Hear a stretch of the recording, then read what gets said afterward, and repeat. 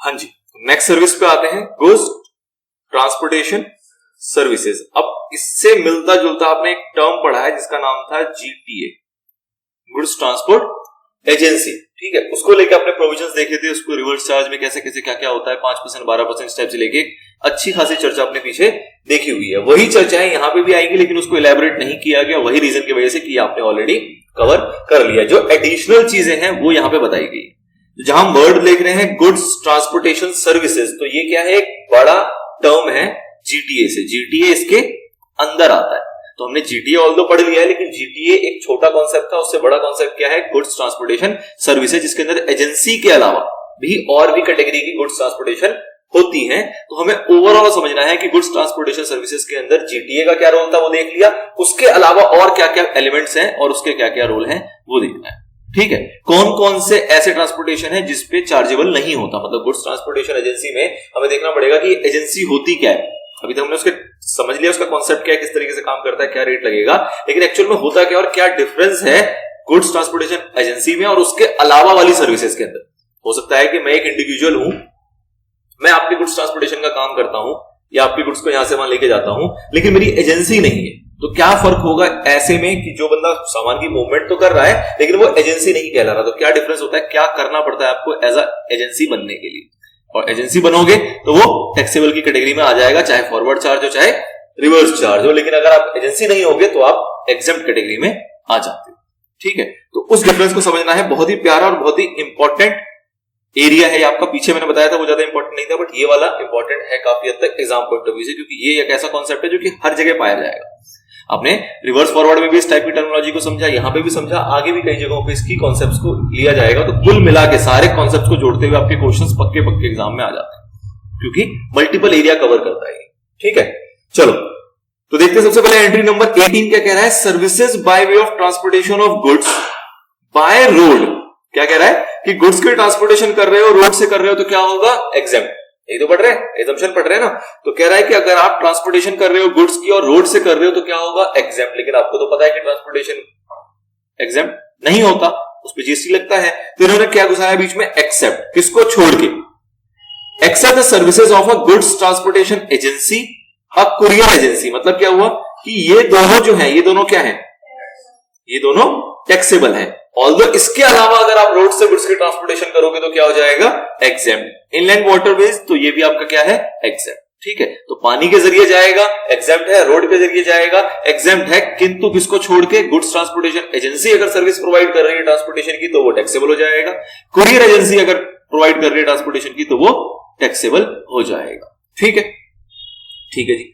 आगे, services by way of transportation by rail or a vessel from one place in India to another place of the following goods. अब क्या कह रहे हैं कि भैया रेल से या वेसल से आप जब ट्रांसपोर्टेशन करोगे तो उसके अंदर कैटेगरी बता दी गई कि अगर इन गुड्स का ट्रांसपोर्टेशन किया जाएगा तो वो क्या है, एग्जेम्प्ट। इसके अलावा और कोई गुड्स का किया जाएगा तो क्या हो जाएगा, टैक्सेबल। तो किन किन गुड्स की बात कर रहे हैं, रेल और वेसल की। ऊपर किसकी बात की गई, वाटरवेज की और रोड की। रोड में कहा गया एग्जेम्प्ट होगा, दो चीजों को छोड़ के वाटरवेज को कहा गया पूरा का पूरा एग्जेम्प्ट है। अब रेल और वेसल की बात कर रहे हैं कि अगर इन फॉलोइंग गुड्स की आप ट्रांसपोर्टेशन कर रहे हो विद इन इंडिया तो वो क्या होंगे आपके, एग्जेम्प्ट। ठीक है, क्या क्या चीजें हैं, relief material meant for victims of natural or man made disaster, calamities, accidents or mishap.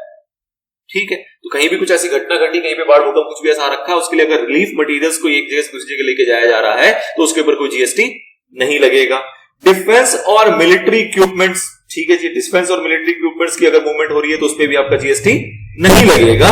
Newspaper और magazine registered with the registrar of newspaper. अगर कोई रजिस्टर्ड न्यूज़पेपर, एक तरीके से समझ लो कि रजिस्टर्ड न्यूज़पेपर का मतलब क्या होगा कि वो न्यूज़पेपर रजिस्टर्ड होगा कहां पे, रजिस्ट्रार ऑफ न्यूज़पेपर के पास। तो इन शॉर्ट आप कह सकते हो कि रजिस्टर्ड न्यूज़पेपर अगर है या रजिस्टर्ड मैगजीन है तो उसकी अगर मूवमेंट की जा रही है, उसको एक जगह से दूसरी जगह ले जाया जा रहा है तो वो भी क्या है, एग्जेम्प्ट। एग्रीकल्चर प्रोड्यूस, तो आपको हमेशा गांठ बांध देनी कि एग्रीकल्चर और उससे रिलेटेड कोई भी एक्टिविटी होती है तो वो हमारी एग्जेम्प्ट ही रहती है। तो अगर एग्रीकल्चर प्रोड्यूस को एक जगह से दूसरी जगह ले जाया जा रहा है तो वो क्या होगा, exempt.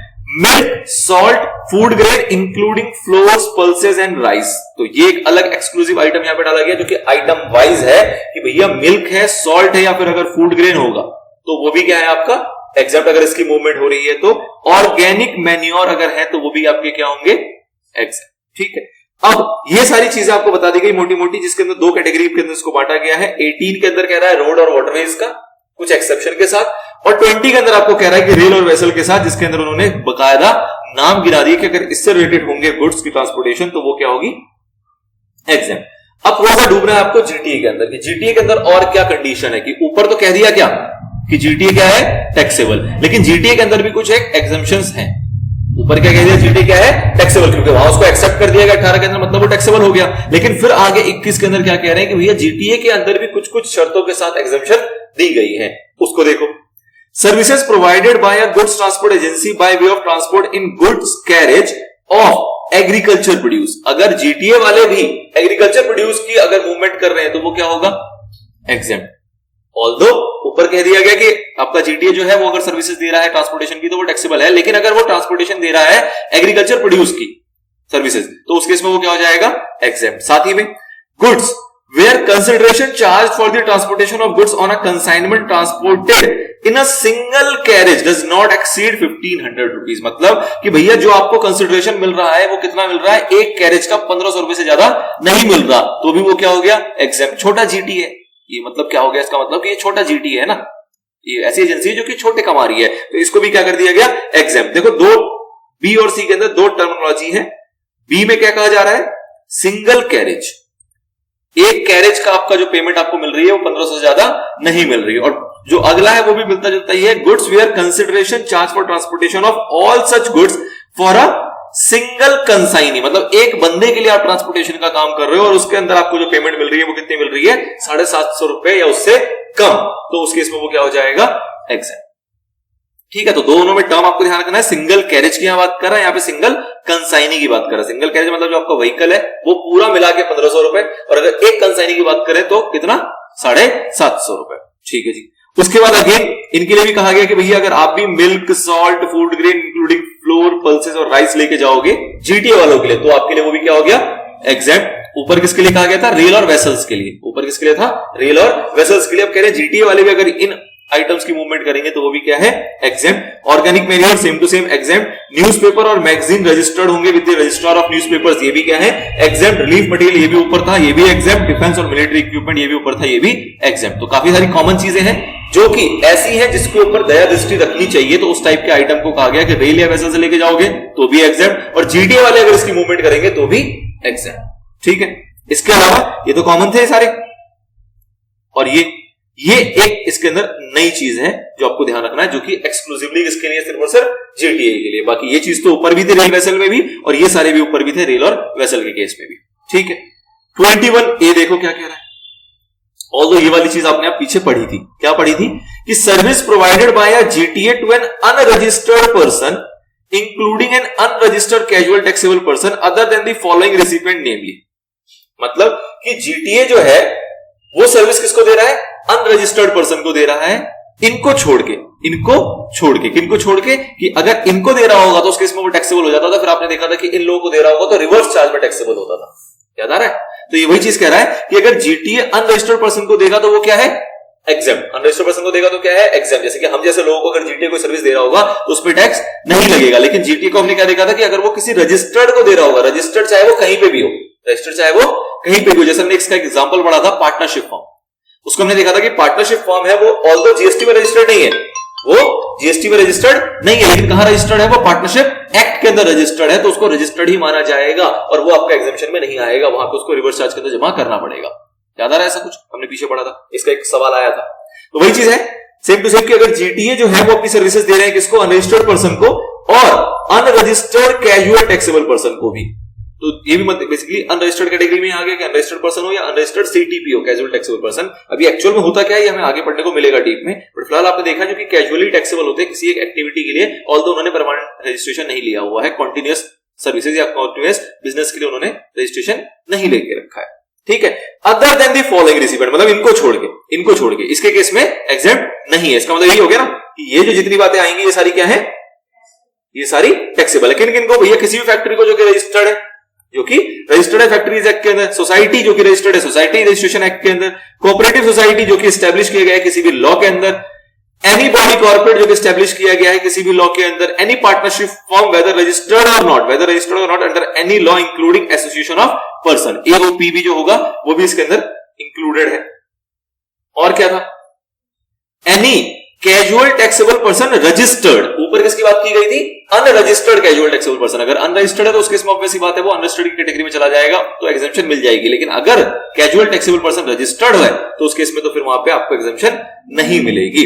Under the CGST act और आईजीएसटी एक्ट और एसजीएसटी एक्ट और यूटीजीएसटी एक्ट, किसी भी एक्ट के अंदर अगर कैजुअल टैक्सेबल पर्सन हमारा रजिस्टर्ड है तो उस केस में एग्जेम्पशन नहीं मिलेगी। ठीक है, ये मिलता मिलता सा था, कुछ आपने पीछे पढ़ा हुआ था। साथ ही में आपने यहाँ पे एक और चीज पढ़ी हुई है पीछे 21B वाली, क्या बात है इसके अंदर, कह रहा है कि सर्विस दी जा रही है किसके द्वारा, जीटीए के द्वारा। किसको दी जा रही है, डिपार्टमेंट और establishment of the central government, state government, union territory. हमने देखा था कि गवर्नमेंट ने अपने आपको सेव किया हुआ है कि भैया जीटीए वाले हमको देंगे, तो ऐसा नहीं कि हमसे रिवर्स चार्ज में जमा कराएंगे, नहीं, उसको एग्जम्पशन ही कर दिया हमने कि ना तुम्हारे ऊपर ना हमारे ऊपर, ये टोटली क्या है, एग्जेम्प्ट। तो कोई भी डिपार्टमेंट या एस्टेब्लिशमेंट है सीजीएसजी का या फिर यूनियन टेरिटरी का, कोई लोकल अथॉरिटी को सर्विस दी जा रही है जीटीए के द्वारा, या फिर किसी गवर्नमेंट एजेंसी को दी जा रही है। अब ये वाला पॉइंट भी आपको याद आएगा, पीछे पढ़ा था कि गवर्नमेंट एजेंसी को दी जा रही है जिसने की रजिस्ट्रेशन ले तो रखा है, सीजीएसटी एक्ट के अंदर रजिस्ट्रेशन ले तो रखा है, लेकिन किसके लिए, only for the purpose of deducting tax, tax deduct करने के लिए उन्होंने जीएसटी ले रखा है under section 51 and not for making any taxable supply of goods और सर्विसेज। ये चीज हमने पीछे पढ़ी थी कि अगर कोई ऐसी एजेंसी है गवर्नमेंट की जिसके पास जीएसटी है तो वो रजिस्टर्ड कैटेगरी में आ गया, लेकिन वो काहे के लिए है, कोई भी टैक्सेबल सप्लाई करने के लिए नहीं है, सिर्फ और सिर्फ वो जो पेमेंट करते हैं उसको जीएसटी टीडीएस काट लेते हैं, इसलिए उनको रजिस्ट्रेशन कराना पड़ा है, बाकी वो टैक्सेबल सप्लाई कोई भी नहीं करते, तो उस केस में भी क्या हो जाएगा, ये एग्जेम्प्ट। तो मोटा मोटा समझ सकते हो कि भैया गवर्नमेंट या गवर्नमेंट से रिलेटेड अगर एस्टेब्लिशमेंट्स वगैरह को जीटीए सर्विस दे रहा है तो वो एग्जम्पशन कैटेगरी में आ जाता है। क्लियर है, तो ये सारी बातें थी, कुछ चीजें आपके पीछे पड़ी हुई थी, कुछ चीजें नहीं आई थी, फटाफट से इसकी एनालिसिस देखते हैं, ऑल तो कुछ खास टफ बचा है नहीं।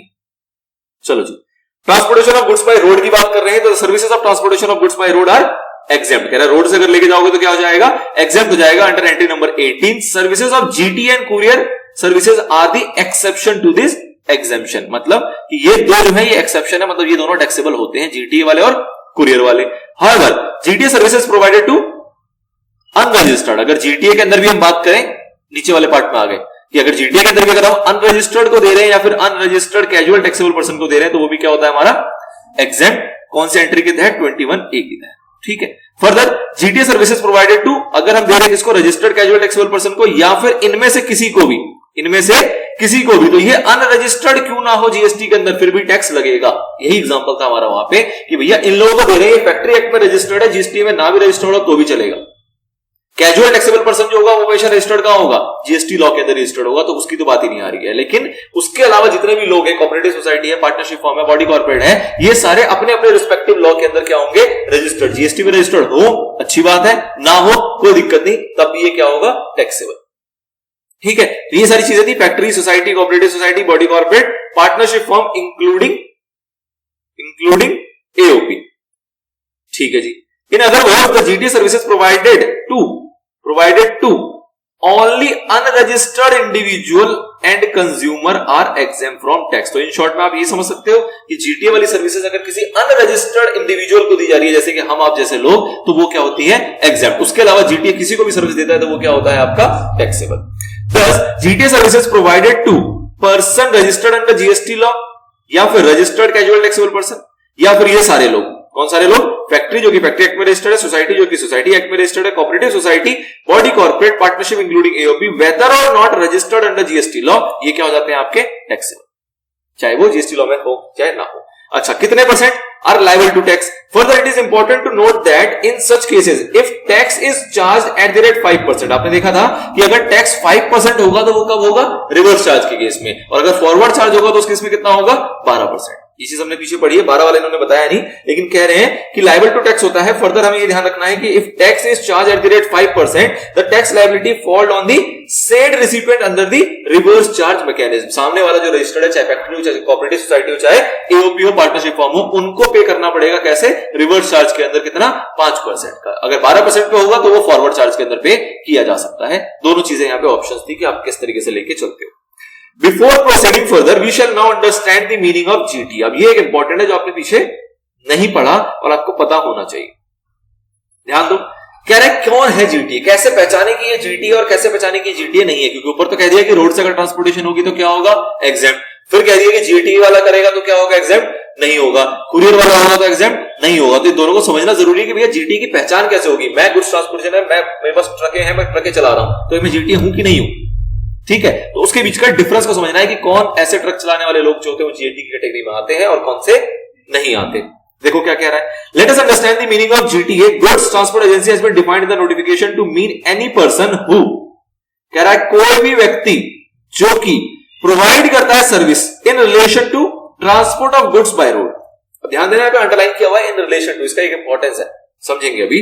कह रहा है क्या कि सर्विस दे रहा है किस चीज की, transportation of goods by road, तो वो जीटीए है। एंड बहुत इंपॉर्टेंट दूसरा साथी में क्या जरूरी है कि वो इशू करता है consignment note by whatever name called. अभी कंसाइनमेंट नोट जो है ये ज्यादा इंपॉर्टेंट है, क्योंकि ये काम तो और भी कोई कर रहा है ना, जो ट्रक चला रहा है वो भी ये काम कर रहा है, ट्रांसपोर्टेशन की तो फैसिलिटी दे रहा है, रोड पे तो ट्रक चलाएगा वो, लेकिन वो क्या नहीं दे रहा, कंसाइनमेंट नोट नहीं दे रहा। अगर कोई व्यक्ति कंसाइनमेंट नोट इशू कर रहा है तो उस केस में वो क्या हो जाएगा, जीटी हो जाएगा। कंसाइनमेंट नोट बेसिकली होता क्या है कि अगर आपका कोई सामान है, आपने मुझे कहा कि मुझको ट्रक चाहिए, हम सामान ला देंगे, आप भी साथ में उसके लिए रिस्पॉन्सिबल हो, आप ट्रक को लेके जाओगे, हमारे साथ ड्राइवर भी जा रहा है, आप भी जा रहे हो, ट्रक मेरा है, सामान आपका है, आप खुद भी जा रहे हो या खुद नहीं भी जा रहे, कोई दिक्कत नहीं है, लेकिन मैंने आपको क्या नहीं दिया, कोई भी कंसाइनमेंट नोट नहीं दिया। कंसाइनमेंट नोट बेसिकली क्या है कि एक बार अगर मैंने कंसाइनमेंट नोट आपको दे दिया तो ये जो सामान है इसकी जिम्मेदारी किसके ऊपर आ जाएगी, जीटीए के ऊपर आ जाएगी, ठीक है। एक तो मैंने कहा कि ट्रक मैं आपको दे रहा हूं एज अ हायर पे, हमने कॉन्ट्रैक्ट किया, आपको हायर पे मैं ट्रक दे दिया, आप उसको जो सामान लेके जाओ, जहां मर्जी लेके जाओ, मुझे कोई फर्क नहीं पड़ता, सामान खराब होगा, टूटे फूटेगा, चोरी हो जाएगा,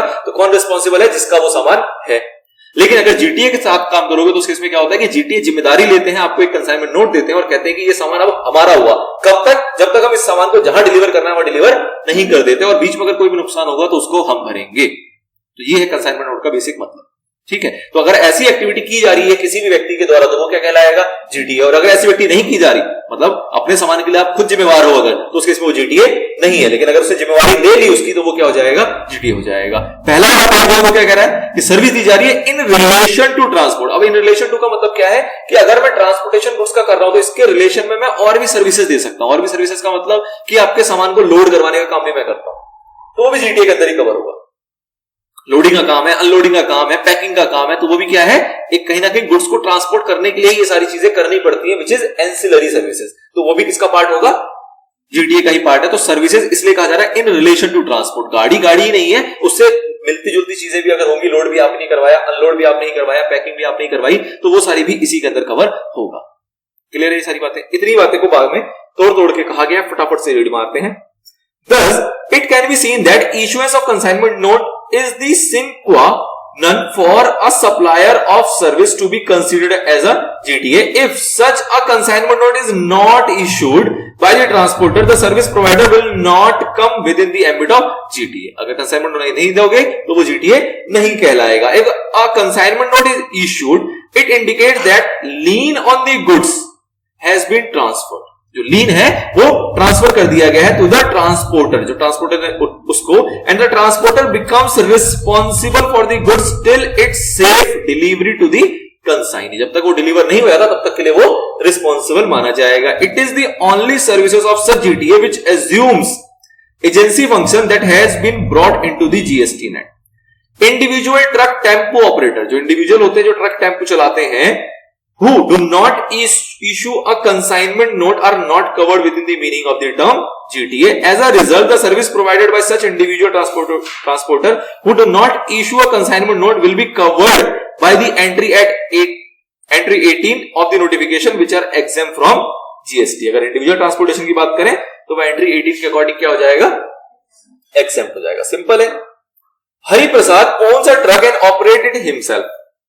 He carries the goods booked for his truck without issuance of consignment note. कह रहा बिना कंसाइनमेंट के उन्होंने, कंसाइनमेंट नोट के उन्होंने क्या किया, ट्रक को बुक किया और जो भी सर्विस है वो प्रोवाइड कर रहे हैं। Services provided by Hari Prasad by way of transportation of goods by road are exempt under entry 18 of the notification. Simple सी बात है।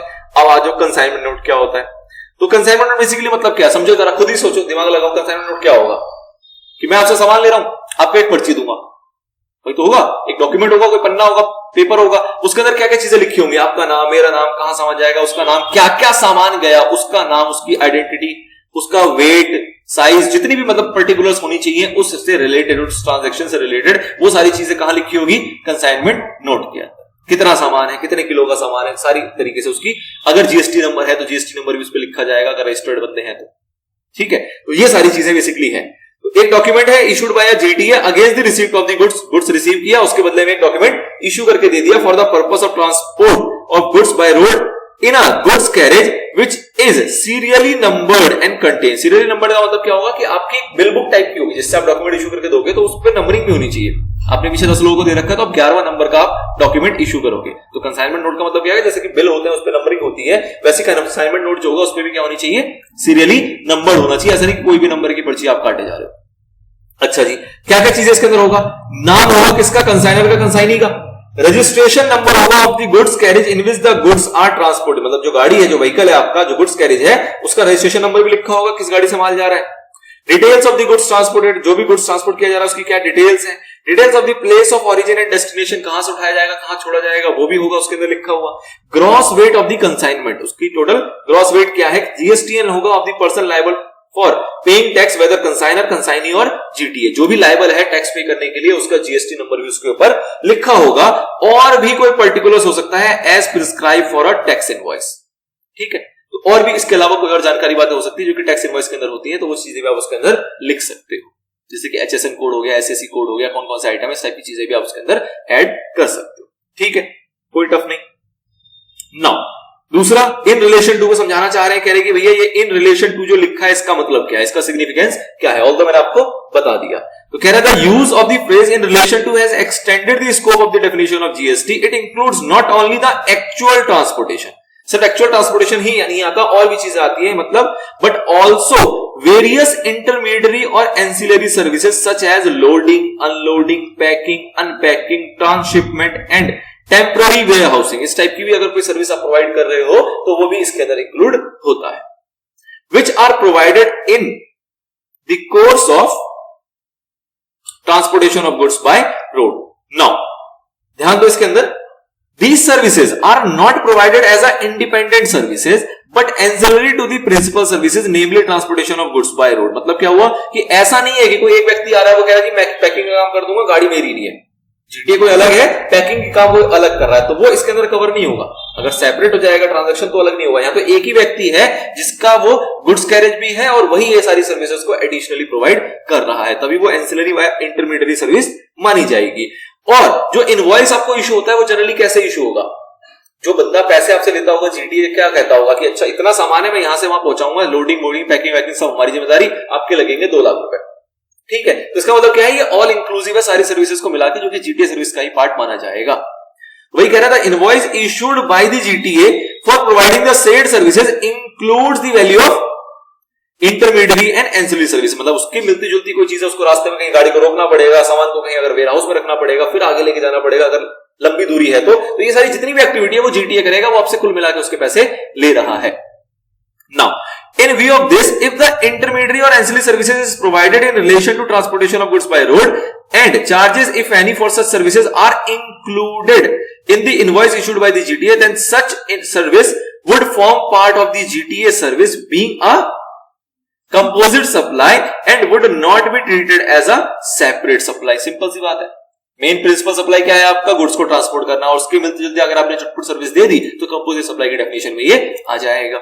आगे, however, if such incidental services are provided as a separate services and charged separately, whether in the same invoice or separate invoice, then shall be treated as separate supplies। मतलब कि अगर वो ये कहता है कि सामान मूव कराने के आपसे 1.5 लाख रुपए लगेंगे, लेकिन आप लोडिंग अनलोडिंग पैकिंग में चाहते हो तो उसके 50,000 रुपए हम अलग से लेंगे, और वो इनवॉइस के अंदर भी इसको अलग से लिख रहा है कि ये 1.5 लाख रुपए किसका, जीटीए का, और 50,000 रुपए किसका, आपके लोडिंग अनलोडिंग पैकिंग वगैरह का। इस तरीके से अगर रूल बना रहा है तो उसके इसमें क्या मानोगे कि दोनों सप्लाई क्या है, सेपरेट सप्लाई है, दोनों के ऊपर जो भी जीएसटी लगेगा वो उसको लगा के चलोगे, तो ऐसा भी पॉसिबल है, तो उसमें कोई बड़ी बात रह नहीं गई। नाउ कुरियर एजेंसी क्या होती है, तो आपको पता है कुरियर एजेंसी क्या होता है, door to door step transportation करते हैं, मतलब एक जगह से दूसरी जगह लेके जाते हैं, और जनरली कुरियर एजेंसी जो होती है वो शॉर्ट आर्टिकल में डील करती है, छोटे आर्टिकल्स में डील करती है। ठीक है, तो courier agency has been defined in the notification to mean any person engaged in the door-to-door transportation of time-sensitive documents, goods or articles utilizing the service of a person either directly or indirectly to carry or accompany such document goods और article. मतलब कि आप जो GT होते हैं basically कैसे है, वो हो सकता है किसी आदमी के जरिए जा रहा हो, जरूरी नहीं कि वो रोड से जा रहा हो।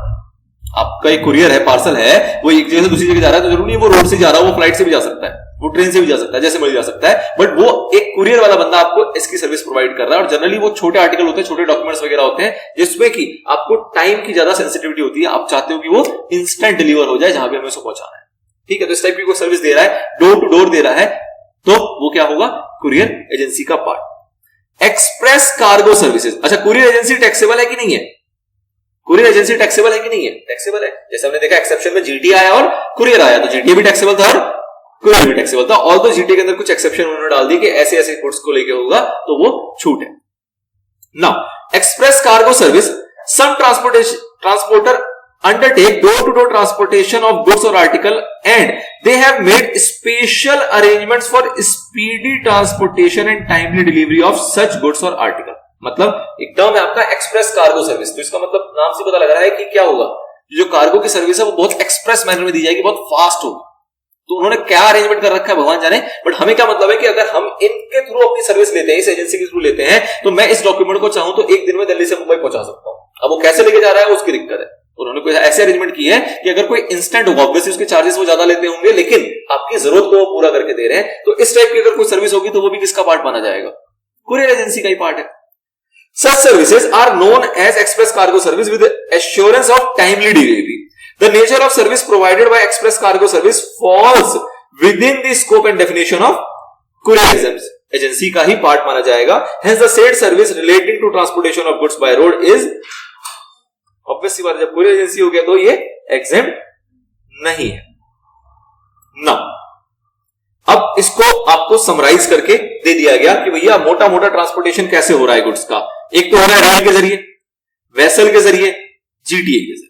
ठीक है, तो देखो इसको समराइज किया गया इस पेज के अंदर। कह रहे हैं कि transportation of the following goods by rail vessel is exempt. मतलब कि रेल और वेसल से अगर कुछ सामान जाएगा तो क्या एग्जेम्प्ट होगा। तो जो यूनिक है, ऑल्दो हमने रेल और वेसल में बहुत सारी लिस्ट देखी थी, लेकिन वो क्या थी, कॉमन। कॉमन मतलब कि वो जीटीए के लिए भी था। मतलब ऐसे कई सारे आइटम्स हैं जिसकी ट्रांसपोर्टेशन अगर रेल से करो, वेसल से करो या जीटीए से करो, क्या है वो, एग्जेम्प्ट। लेकिन कुछ उसके अंदर डिफरेंसेस है। डिफरेंसेस क्या है वो देख रहे हैं कि रेल और वेसल से अगर रेलवे इक्विपमेंट या मटेरियल जाएगा तो एग्जेम्प्ट है। जीटीए में ऐसा नहीं लिखा हुआ था। और जीटीए के अंदर क्या लिखा था कि अगर सिंगल कैरेज होगा जिसकी वैल्यू 1500 से कम होगी तो वो एग्जेम्प्ट है, और अगर सिंगल कंसाइनी होगा जिसकी वैल्यू आपकी 750 रुपए से कम होगी तो वो एग्जेम्प्ट है। ऐसा रेलवे और वेसल में नहीं था। तो ये तो हो गई यूनिक वाली चीजें जो कि इन्हीं के अंदर था। कॉमन क्या है, तो वो नीचे आ गया कि रेलवे, वेसल और जीटीए, इन तीनों के अंदर ये चीजें क्या है आपकी, एग्जेम्प्ट। ये सारी चीजें क्या है, एग्जेम्प्ट। चाहे रेल से जाए, चाहे वेसल से जाए, चाहे जीटीए से जाए। कौन कौन सी, agriculture produce, milk, salt, food grain including flour, pulses, rice, organic manure, newspaper जो रजिस्टर्ड है, मैगजीन जो रजिस्टर्ड है, relief materials or defence or military equipments. ये वो चीजें थी इसके अंदर में ये नहीं देखना कि ये रेलवे से जा रहा है, वेसल से जा रहा है, या रोड से जा रहा है, या जीटीए के थ्रू जा रहा है। जैसे भी जा रहा हो ये क्या होगा, एग्जेम्प्ट। ठीक, ऊपर यूनिकनेस थी वो यहां पे आपको बता दिया गया। तो इस पिक्चर से आपको पूरा ये याद हो जाएगा, इस वाले टेबल से आपको ये पूरा पूरा याद हो जाएगा ना। बच्चों वाली बातें कर रहे हैं, कह रहे जी हम आपको बताएंगे गुड्स कैरेज क्या होता है। पता नहीं आपको गुड्स कैरेज क्या होता है?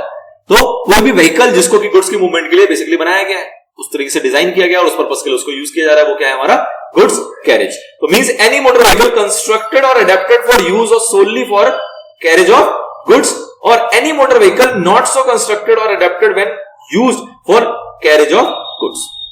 तो मतलब किसी भी तरीके से कोई भी व्हीकल है जिसको आप गुड्स कैरेज के अंदर यूज कर रहे हो तो वो आपका क्या माना जाएगा, गुड्स कैरेज।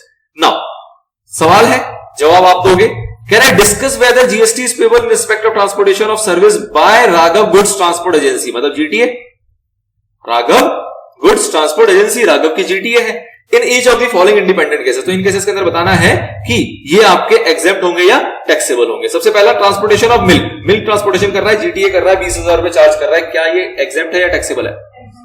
तो मिल्क के लिए कॉमन था, सभी के लिए एग्जेम्प्ट है। Transportation of books on a consignment transported in a single goods carriage, कितना, 3,000 रुपए। बताओ जी क्यों?